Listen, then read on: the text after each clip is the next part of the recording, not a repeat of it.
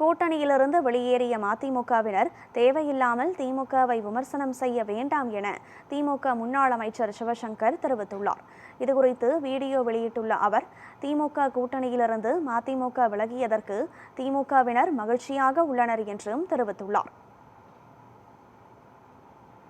அவங்கெல்லாம் பேச ஆரம்பிச்சாங்கன்னா மதிமுகவுடைய மொத்தம் அந்த வைகோவுடைய துவக்க காலத்தில் அந்த பயணத்தை துவங்கிய போது தலைவர் கலைஞர் பேசுகிற மேடையில் காலடியில் அவர் உட்கார்ந்திருக்கின்ற காட்சியை நேரடியாக பார்த்த சாட்சிலாம் இருக்காங்க. அவங்கெல்லாம் பேச ஆரம்பிச்சாங்கன்னா மதிமுகவுடைய மொத்த வரலாறும் முடிஞ்சிடும். அதனால் மதிமுகவை சேர்ந்தவர்களுக்கு அன்போடு சொல்லி கொள்கிறோம்,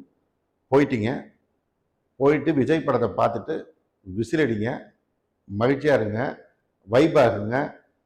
அந்த படத்தில் வர்ற பாட்டை கேட்டு அந்த தொண்டர்கள் ஆகிற வைப் மாதிரி உயர்கல்வித்துறை காங்கிரஸ் விஸ்வநாதன் டான்ஸ் ஆன மாதிரி முடிஞ்சால் டான்ஸ் ஆடி மகிழ்ச்சியாக இருங்க.